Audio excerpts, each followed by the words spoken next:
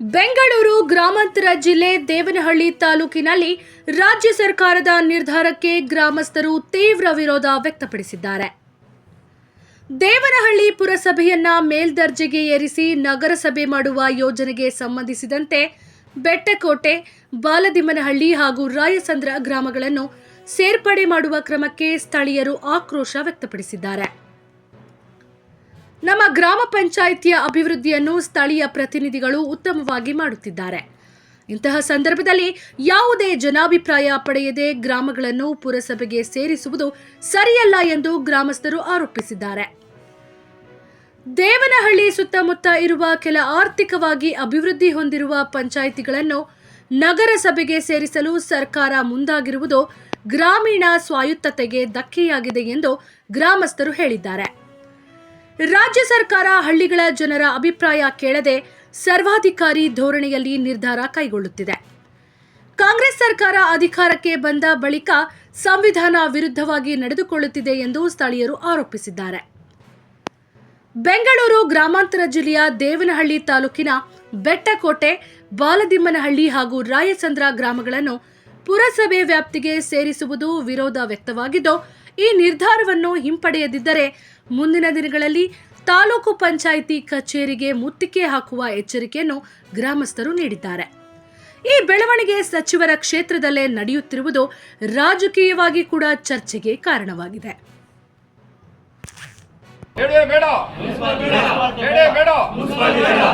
ಬೇಕೇ ಬೇಕು ನ್ಯಾಯ ಬೇಕು, ಬೇಕೇ ಬೇಕು ನ್ಯಾಯ ಬೇಕು, ನಮ್ಮ ಊರು ನಮ್ಮ ಹಕ್ಕು, ಬೇಡವೇ ಬೇಡ ಬೇಡವೇ ಬೇಡ ಬೇಡ. ಮತ್ತೆ ಬೆಟ್ಟಕೋಟೆ ಗ್ರಾಮಸ್ಥರು ಮನವಿಗಳನ್ನ ಕೊಟ್ಟಿದ್ದಾರೆ. ಇದನ್ನ ಮೇಲಧಿಕಾರಿಗಳ ಗಮನಕ್ಕೆ ತರ್ತೀವಿ. Thank you sir. ಏನಿದೆ ಅದನ್ನು ಮಾಡೋಕ್ಕಾಗುತ್ತೆ. ಸರ್ ಹತ್ರ ಮಾತಾಡಿ ಅದಕ್ಕಂತ ಸರ್ 6 ತಿಂಗಳು ಇರುತ್ತದೆ. ಈಗ ನಾನು ಎಷ್ಟು ಆಫೀಸರ್ ಮಾತಾಡ್ತೀವಿ, ಹಿರಿಯ ಅಧಿಕಾರಿಗಳು ಏನು ಮಾರ್ಗದರ್ಶನ ಕೊಡ್ತಾರೆ ಆ ಪ್ರಕಾರ ನಾವು ಮಾಡೋಕ್ಕಾಗುತ್ತೆ. ಏನಂತ ಹೇಳಿದ್ರೆ ಈ ಎಲೆಕ್ಟೆಡ್ ಮೆಂಬರ್ ಇತ್ತು ಅಂದ್ರೆ ಅಧ್ಯಕ್ಷ ಇರ್ತಿದ್ರು, ಕಮಿಟಿಯವರು ಇರ್ತಿದ್ರು, ಸಾಧಕವಾದಕ್ಕೆ ಚರ್ಚೆ ಮಾಡಿ ಬೇಡ ಸೇರೋದೋ ಬೇಡ ಅಂತೇಳಿ ಅವರು ಹೇಳ್ತಾ ಇದ್ರು. ಸೊ ಈಗ ನಾನು ಒಬ್ಬ ಅಧಿಕಾರಿಯಾಗಿ ಮೇಲಾಧಿಕಾರಿಗಳ ನಿರ್ದೇಶನ ಏನಿದೆಯಲ್ಲ ಅದನ್ನು ಪಾಲಿಸಬೇಕಾಗುತ್ತೆ. ನೀವು ಹೇಳಿದ್ದನ್ನ ನಾನು ಚರ್ಚೆ ಮಾಡಿಬಿಟ್ಟು ಸರ್, ಯಾಕಂದರೆ ಸರ್ಕಾರನೂ ಇವಾಗ ಸಂವಿಧಾನದ ವಿರೋಧಿ ಕೆಲಸ ಮಾಡ್ತಾ ಇದೆ ಅಂತ ಹೇಳ್ಬಿಟ್ಟು ನಾವು ನಿಮ್ಮ ಗಮನ ತಗೊಂಡ್ಬರ್ತಾ ಇದ್ದೀವಿ. ಹಂಗಾಗಿ ನೀವು ಆಡಳಿತಾಧಿಕಾರಿಯಾಗಿ ಹೇಳಿಲ್ಲ, ನಿಮ್ಮ ಹಕ್ಕು ನೀವು ಅಪೀಲ್ ಏನು ಕೊಡ್ತೀರಿ ನಾನು ತಗೊಳ್ತಿದ್ದೀನಿ. ಹಿರಿಯ ಅಧಿಕಾರಿಗಳ ಜೊತೆ ನಾನು ಮಾತಾಡಿ, ಯಾಕಂದ್ರೆ ನಾನೇ ಫೈನಲ್ ಅಲ್ಲ, ಹೌದಾ, ನಾನು ಫೈನಲ್ ಅಲ್ಲ. ಹಿರಿಯ ಅಧಿಕಾರಿಗಳ ಜೊತೆ ಮಾತಾಡಿ ಹಿರಿಯ ಅಧಿಕಾರಿಗಳು ಏನು ಡೈರೆಕ್ಷನ್ ಕೊಡ್ತಾರೆ ಆ ಪ್ರಕಾರ ನಾನು ನಡ್ಕೋಬೇಕಾಗುತ್ತೆ. ನಾನು ಅವ್ರಿಗೆ ಹೇಳಿದ್ದಿನ ಅಥವಾ ಅವರು ರೇಟಿಂಗಲ್ಲಿ ಕೊಟ್ಟಿದ್ದನ್ನು ನಾನು ಇಲ್ಲ ಅನ್ನೋಕ್ಕಾಗಲ್ಲ ಅಲ್ವಾ. ಸೊ ಇದ್ರ ಸಾಧಕ ಬಾಧಕಗಳಿಗೆ ಹಿರಿಯ ಅಧಿಕಾರಿ ಜೊತೆ ಮಾತಾಡಿ ಮುಂದಿನ ಕ್ರಮ ವಹಿಸ್ತೇನೆ. ಗ್ರಾಮಸ್ಥರೆಲ್ಲ ತೀರ್ಮಾನ ಮಾಡ್ಕೊಂಡಿದ್ದೀವಿ ಸರ್. ಏನಂತ ಇದೇನಾದರೂ ಅಕಸ್ಮಾತ್ ಏನಾದರೂ ನೀವು ಸರ್ಕಾರದ ಆದೇಶಗಳನ್ನ ಭರ್ತಿ ಮಾಡಿ ಸರ್ಕಾರ ಕಳಿಸೋದೇ ಆದರೆ ಇಡೀ ತಾಲೂಕು ಆಫೀಸ್ ಮುಂದೆ, ತಾಲೂಕು ಪಂಚಾಯತಿ ಮುಂದೆಗಡೆ ಇಡೀ ಗ್ರಾಮಸ್ಥರು ಎಲ್ಲ ಗ್ರಾಮಸ್ಥರು ಸೇರಿ ಮುತ್ತಿಗೆ ಹಾಕೋಂಥ ಕೆಲಸ ಮಾಡ್ತೀರಿ ಅಂತ ಹೇಳ್ಬಿಟ್ಟು ಈ ಮನವಿನ ಮುನ್ನೆಚ್ಚರಿಕೆ ಮನವಿ ಅಂತ ಕೊಡ್ತಾ ಇದ್ದೀವಿ. ಆಯಿತು, ನಾನು ಡಿಸ್ಕಷನ್ ಮಾಡ್ತೀನಿ. ದಯವಿಟ್ಟು ಸರ್ ನಮ್ಮ ಸಹಕಾರ ಕೊಟ್ಟರೆ ಹಳ್ಳಿ ಸೊಗಡನ್ನ ಉಳಿಸಿ ನೀವು ಅಧಿಕಾರಿಗಳ ಜೊತೆ ರಾಯಸಂದ್ರ, ಬಾಲದಿಮ್ಮನಹಳ್ಳಿ, ಈ ಬೆಟ್ಟಕೋಟೆ ಗ್ರಾಮ ಪಂಚಾಯತಿನ ಪುರಸಭೆಗೆ ಸೇರಿಸಬೇಕು ಅಂತ ಹೇಳ್ಬಿಟ್ಟು ರಾಜ್ಯ ಸರ್ಕಾರದಿಂದ ಆದೇಶ ಹೊರಡಿಸಿದೆ.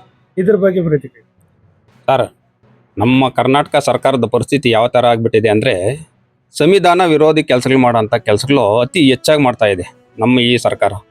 ಯಾಕೆ ಈ ಮಾತು ಹೇಳ್ತಾ ಇದ್ದೀನಿ ಅಂದರೆ ಸಂವಿಧಾನದ ಅಡಿಯಲ್ಲಿ ಈಗಾಗಲೇ ಪಂಚಾಯತಿ ಚುನಾವಣೆಗಳು ಮುಗಿದೋಗಿ ಸದಸ್ಯರೇ ಇಲ್ದಿರೋಂಥ ಸಂದರ್ಭದಲ್ಲಿ ಇವರು ಸಂವಿಧಾನದ ವಿರೋಧಿ ಕೆಲಸಗಳು ಮಾಡ್ತಾ ಇರೋವಂಥದ್ದು ನಿಮಗೆ ಆಲ್ರೆಡಿ ಸರ್ಕಾರಕ್ಕೆ ಗಮನದಲ್ಲಿ ಇಟ್ಕೊಂಡು ಈಗಾಗಲೇ ಪಂಚಾಯತಿ ಸಭೆ ಇಲ್ಲ, ಪಂಚಾಯತಿಗಳು ಸದಸ್ಯರುಗಳಿಲ್ಲ. ಪಂಚಾಯತಿ ಸದಸ್ಯರುಗಳು ಇಲ್ದಿರೋಂಥ ಸಂದರ್ಭದಲ್ಲಿ ಈಗ ದೇವನಹಳ್ಳಿ ಮುನ್ಸಿಪಾಲ್ ಆಫೀಸ್ಗೆ ಇವಾಗ ಸದಸ್ಯರನ್ನ ಸೇರಿಸ್ಬೇಕು, ಏನು ಗ್ರಾಮಗಳನ್ನ ಸೇರಿಸ್ಬೇಕು ಅನ್ನೋ ಒಂದು ಉದ್ದೇಶ ಇಟ್ಕೊಂಡು ಈ 3 ಗ್ರಾಮಗಳು ಬೆಟ್ಟಕೋಟೆ ಗ್ರಾಮ ಪಂಚಾಯತಿಯಲ್ಲಿ ಬಾಲದಿಮ್ಮನಹಳ್ಳಿ ಹಾಗೂ ಬೆಟ್ಟಕೋಟೆ, ರಾಯಸಂದ್ರ ಈ 3 ಗ್ರಾಮಗಳನ್ನ ಮುನ್ಸಿಪಾಲ್ಗೆ ಸೇರಿಸಿ ಮುನ್ಸಿಪಾಲ್ನ ಮೇಲ್ದರ್ಜೆಗೆ ಅಂದರೆ ನಗರಸಭೆಯನ್ನಾಗಿ ಮಾಡಿ ಮುಂದುವರ್ಸೋದಕ್ಕಾಗಿ ಈ ಸರ್ಕಾರ ಹುನ್ನಾರ ಮಾಡ್ತಾ ಐತೆ. ಈ ಹುನ್ನಾರದ ಉದ್ದೇಶ ಏನಪ್ಪ ಅಂದರೆ ಇವರು ಈ ಹಳ್ಳಿ ಸೊಗಡು ಸುಮಾರು ನಾವು ಅಂದಿನ ಕಾಲದಿಂದನೂ ಹಳ್ಳಿ ಸೊಗಡು ಆಡ್ಕೊಂಡು ಬೆಳ್ಕೊಂಡು ಹಳ್ಳಿಗಳನ್ನಾಗ ಬೆಳೆದಿರೋಂಥ ವ್ಯಕ್ತಿಗಳು ನಾವು ಎಲ್ಲ ಗ್ರಾಮಸ್ಥರು ಇದ್ದಾರೆ. ಈ ಹಳ್ಳಿ ಸೊಗಡನ್ನ ಕಸಿ ಅಂತ ಕೆಲಸ ಮಾಡ್ತಾ ಇದೆ ಯಾರ್ದು ಈ ಸಿದ್ದರಾಮಯ್ಯ ಸರ್ಕಾರ. ಈ ಸಿದ್ದರಾಮಯ್ಯ ಸರ್ಕಾರಕ್ಕೆ ಸಾಥ್ ಕೊಡ್ತಾ ಇರೋದು ನಮ್ಮ ದೇವನಹಳ್ಳಿ. ಈ 10 ವರ್ಷದಿಂದ ಸರ್ಕಾರ ಇಲ್ದಿರೋಂಥ ಸಂದರ್ಭಕ್ಕೆ ನಾವು ಈಗ ಸರ್ಕಾರ ಕೊಟ್ಟಿದ್ದೀರಿ, ನಮ್ಮ ಕರ್ನಾಟಕ ರಾಜ್ಯಕ್ಕೆ ಸರ್ಕಾರ ಕೊಟ್ಟಿದ್ದೀರಿ. ಈ ಕರ್ನಾಟಕ ರಾಜ್ಯಕ್ಕೆ ಸರ್ಕಾರ ಕೊಟ್ಟಿದ್ದಾದ ಮೇಲೆ ಇವ್ರು ಮಾಡ್ತಾ ಇರೋಂಥ ಕೆಲಸ ಎಲ್ಲಾನು ಸಂವಿಧಾನ ವಿರೋಧಿ ಕೆಲಸ. ಯಾಕಂದ್ರೆ ಈಗಾಗಲೇ ಬಾಡಿ ಮುಗಿದೋಗೈತೆ, ಬಾಡಿ ಇಲ್ಲ, ಬಾಡಿ ಸಭೆ ನಡೆಸೋದಿಲ್ಲ, ಏನೂ ಇಲ್ಲ. ಇಂಥ ಸಂದರ್ಭದಲ್ಲಿ ಇವರು ಮುನ್ಸಿಪಲ್ ಆಫೀಸ್ಗೆ ಏನಾದ್ರು ಪಂಚಾಯತಿಗೆ ಬಂದಂಥ ಹಳ್ಳಿಗಳನ್ನೇನಾದ್ರು ಸೇರಿಸ್ಕೊಂಡ್ರೆ ಇವರು ಸಂವಿಧಾನ ವಿರೋಧಿ ಕೆಲಸನೇ ಮಾಡ್ತಾ ಇರೋಂಥದ್ದು ಎಲ್ಲರಿಗೂ ಗೊತ್ತಾಗ್ತದೆ. ಅದಕ್ಕಾಗಿ ನಾವು ಈ ಗ್ರಾಮವಾಸಿಗಳು ಎಲ್ಲರೂ ಕೇಳ್ಕೊಳೋದೇನಂದ್ರೆ, ಯಾವುದೇ ಕಾರಣಕ್ಕೂ ಈ ನಮ್ಮ ಬೆಟ್ಕೋಟೆ ಪಂಚಾಯತಿ ಅಂತ ಅಲ್ಲ, ದೇವನಹಳ್ಳಿ ತಾಲೂಕು ಯಾವುದೇ ಪಂಚಾಯತಿನಾಗ ಯಾವುದೇ ಹಳ್ಳಿನ ಮುನ್ಸಿಪಾಲ್ಗೆ ಸೇರ್ಸ್ಕೊಂಬಾರ್ದು, ಮೇಲ್ಜೋದಕ್ಕೆ ಸೇರಿಸಬಾರ್ದು ಅನ್ನೋದು ನಮ್ಮ ಈ ಗ್ರಾಮಸ್ಥರ ಅಹವಾಲು. ಇದ್ರ ಬಗ್ಗೆ ಏನಾದ್ರು ಸ್ಥಳೀಯ ಶಾಸಕರಿಗೆ ನಮ್ಮ ಮನವಿ ಕೊಟ್ಟಿದ್ದೀರಾ? ಸರ್, ಸ್ಥಳೀಯ ಶಾಸಕರು ಇದಕ್ಕೆ ಮುಂದಾಳತ್ವ ವಹಿಸ್ಕೊಂಡಿದ್ದಾರೆ. ಈಗಾಗಲೇ ಎಲ್ಲ ಪಂಚಾಯತಿಗಳಿಗೂ ಏನೋ ಇವರೇ ಸೈನ್ ಹಾಕಿ ಲೆಟರ್ಗಳನ್ನು ಕಳ್ಸಿಕೊಟ್ಟಿದ್ದಾರೆ. ಇಂಥ ಸ್ಥಳೀಯ ಶಾಸಕರನ್ನ ನಾವು ಹೋಗಿ ಏನ್ ಕೇಳಕ್ಕಾಗ್ತದೆ? ಯಾಕಂದ್ರೆ ನಾವು ಇವ್ರಿಗೆ ಸರ್ಕಾರ ಕೊಟ್ಟಿರೋದೇ ತಪ್ಪು, ಅಧಿಕಾರ ಕೊಟ್ಟಿರೋದೇ ತಪ್ಪು ಅಂತ ನಮ್ಗೆ ಇವಾಗ ಆಲ್ರೆಡಿ ಸುಮಾರು ವರ್ಷಗಳಿಂದ ನೋವು ತಿಂತಾ ಇದ್ದೀರಿ. ಒಟ್ಟಾರೆ ಇಲ್ಲಿ ಜನಾಭಿಪ್ರಾಯ ಪಡೆಯದೆ ಏಕಾಏಕಿ ನಿರ್ಣಯಗೊಂಡಿದ್ದಾರೆ. ಯಾವುದೇ ಗ್ರಾಮಗಳಲ್ಲಿ ಒಂದು ಸಭೆ ನಡೆಸಿಲ್ಲ, ಯಾವುದೇ ಗ್ರಾಮಸ್ಥರುಗಳನ್ನ ಹೋಗಿ ಏನು ಎತ್ತ ಅಂತ ವಿಚಾರಣೆ ಮಾಡಿಲ್ಲ, ಯಾವುದೇ ಪಂಚಾಯತಿಯಲ್ಲೂ ಒಂದು ಸಭೆ ನಡೆಸಿಲ್ಲ. ಯಾವುದೇ ಒಂದು ಸಭೆ ನಡೆಸಿರನೆ ಏಕಾಏಕಿ ಇವ್ರಿಗೆ ಸರ್ಕಾರ ಕೊಟ್ಟಿರೋ ತಪ್ಪಿಗೆ, ಇವ್ರಿಗೆ ಅಧಿಕಾರ ಕೊಟ್ಟಿರೋ ತಪ್ಪಿಗೆ, ಕಾಂಗ್ರೆಸ್ ಸರ್ಕಾರ ಒಳ್ಳೆ ಸರ್ಕಾರ ಅಂತ ಹೇಳ್ಬಿಟ್ಟು ಇವ್ರಿಗೆ ಅಧಿಕಾರ ಕೊಟ್ಟಿರೋ ತಪ್ಪಿಗೆ ಇವ್ರು ಏಕಾಏಕಿ ಮುನ್ಸೋ ಇಚ್ಛೆ ಸ್ವಯೋಜಿತವಾಗಿ ಏನು ಬೇಕೋ ಅದೆಲ್ಲ ಮಾಡ್ಕೊಂತ ಇದ್ದಾರೆ. ಅಲ್ಲಿ ಸರ್ವಾಧಿಕಾರಿ ಧೋರಣೆ ಮಾಡ್ತಾ ಇದ್ದಾರೆ. ಸರ್ವಾಧಿಕಾರ ಧೋರಣೆ ಮಾಡ್ತಾ ಇದ್ದಾರೆ. ಸಂವಿಧಾನ ವಿರೋಧಿ, ಮೇನ್ ಸಂವಿಧಾನ ವಿರೋಧಿ ಇವರು. ಪಂಚಾಯತಿ ರಾಜ್ ಆಕ್ಟ್ ಪ್ರಕಾರವಾಗಿ ಈಗಾಗಲೇ ಚುನಾವಣೆ ನಡಿಬೇಕಾಗಿತ್ತು. ಈ ಚುನಾವಣೆ ನಡೆಸದಿರೇ ಇವ್ರು ಮಾಡ್ತಾ ಇರೋ ಕೆಲಸ ಇದು ಸಂವಿಧಾನ ವಿರೋಧಿ ಕೆಲಸ ಅಂತ ಹೇಳ್ಬಿಟ್ಟು ನಾವು ಭಾವಿಸ್ತಾ ಇದ್ದೀರಿ. ಅಂಬೇಡ್ಕರ್ ಸೇನ್ ತಾಲೂಕು ಅಧ್ಯಕ್ಷರು ರಾಯಚಂದ್ರ ಸೋಮು ಅಂತ ಹೇಳಿ ರಾಯಚಂದ್ರ ಗ್ರಾಮಸ್ಥರು. ಹಳ್ಳಿ ಸೊಗಡನ್ನು ನಾಶ ಮಾಡುತ್ತಿರುವ ಒಂದು ರಾಜ್ಯ ಸರ್ಕಾರಕ್ಕೆ ನಾವು ಧಿಕ್ಕಾರವನ್ನು ಹೇಳ್ತಾ ಇದ್ದೀವಿ. ಯಾಕಂದರೆ ಪಂಚಾಯತಿ ವ್ಯಾಪ್ತಿಯಲ್ಲಿ ಬರುವಂತಹ ಕೆಲವೊಂದು ಹಳ್ಳಿಗಳನ್ನು ಆಯ್ಕೆ ಮಾಡಿ ಏನು ಟೌನ್ ವ್ಯಾಪ್ತಿಗೆ ಸೇರಿಸ್ಬೇಕಂತ ಅಂದ್ಬಿಟ್ಟು ಈ ಅನುಮತಿಯನ್ನು ಸಲ್ಲಿಸಿರ್ತಾರೆ. ನಮ್ಮ ಅನುದಾನಗಳ ಅನುಸಾರವಾಗಿ ನಾವು ಗ್ರಾಮ ಪಂಚಾಯತಿಯಲ್ಲಿ ನಮ್ಮ ಗ್ರಾಮ ಪಂಚಾಯತಿಗೆ ಅನುದಾನವಾಗಿ ಸುಮಾರು ಒಂದು 7 ಹಳ್ಳಿಗಳಿರ್ತವೆ.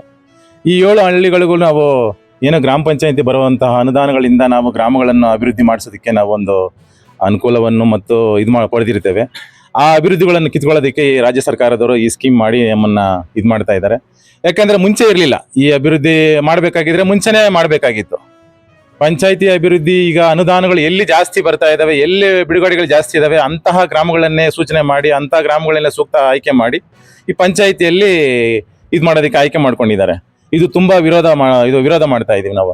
ಯಾಕಂತಂದ್ರೆ ಪಂಚಾಯತಿ ಬರೋಂತಹ ಅನುದಾನಗಳನ್ನೇ ನಾವು ಕೇಳ್ತಾ ಇದ್ದೀವಿ ಹೊರತು ನಾವು ರಾಜ್ಯ ಸರ್ಕಾರದಿಂದ ಕೇಂದ್ರ ಸರ್ಕಾರದಿಂದ ಬರೋಂತಹ ಅನುದಾನಗಳನ್ನು ನಾವೇನು ಕೇಳ್ತಾ ಇಲ್ಲ. ಪಂಚಾಯತಿ ವ್ಯಾಪ್ತಿಯಲ್ಲಿ ಏನಂತಂದ್ರೆ ದಿನನಿತ್ಯ ಏನಾಗ್ತಾ ಇದೆ ಅಂದ್ರೆ ಗ್ರಾಮದಲ್ಲಿ ಏನೋ ಒಂದು ಖಾತೆ ಆಗಲಿ, ಒಂದು ಒಳಚರಂಡಿಯ ವ್ಯವಸ್ಥೆ ಆಗಲಿ, ಒಂದು ಡಾಮರೀಕರಣ ಆಗಲಿ, ಒಂದು ರಸ್ತೆ ಅಗಲೀಕರಣಕ್ಕಾಗಲಿ, ಏನೇ ಆಗಲಿ ನಾವು ಪಂಚಾಯತಿಯಲ್ಲಿ ಮಾತಾಡ್ಲಿಕ್ಕೆ ಅನುಮತಿ ಇರುತ್ತೆ ಹೊರತು ನಾವು ಮುನ್ಸಿಪಲ್ ಆಫೀಸಲ್ಲಿ ಹೋಗ್ಬಿಟ್ಟು ನಾವು ಮಾತಾಡ್ಲಿಕ್ಕೆ ನಮ್ಗೆ ಅನುಮತಿ ಇರೋದಿಲ್ಲ.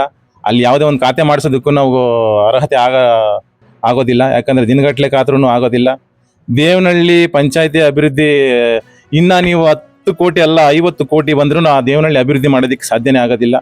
ಅಂತ ಇದಕ್ಕೆ ನಮ್ಮ ಹಳ್ಳಿಗಳನ್ನ ಯಾಕೆ ಸೇರಿಸಿ ನಮ್ಮ ಹಳ್ಳಿನ ಯಾಕೆ, ಈ ಹಳ್ಳಿ ಸೊಗಡನ್ನು ಯಾಕೆ ಹಾಳು ಮಾಡೋದಕ್ಕೆ ಮಾಡ್ತೀರಾ ಅಂತ ಅಂದ್ಬಿಟ್ಟು ನಾವು ಕೇಳ್ಕೊತಾ ಇದ್ದೀವಿ.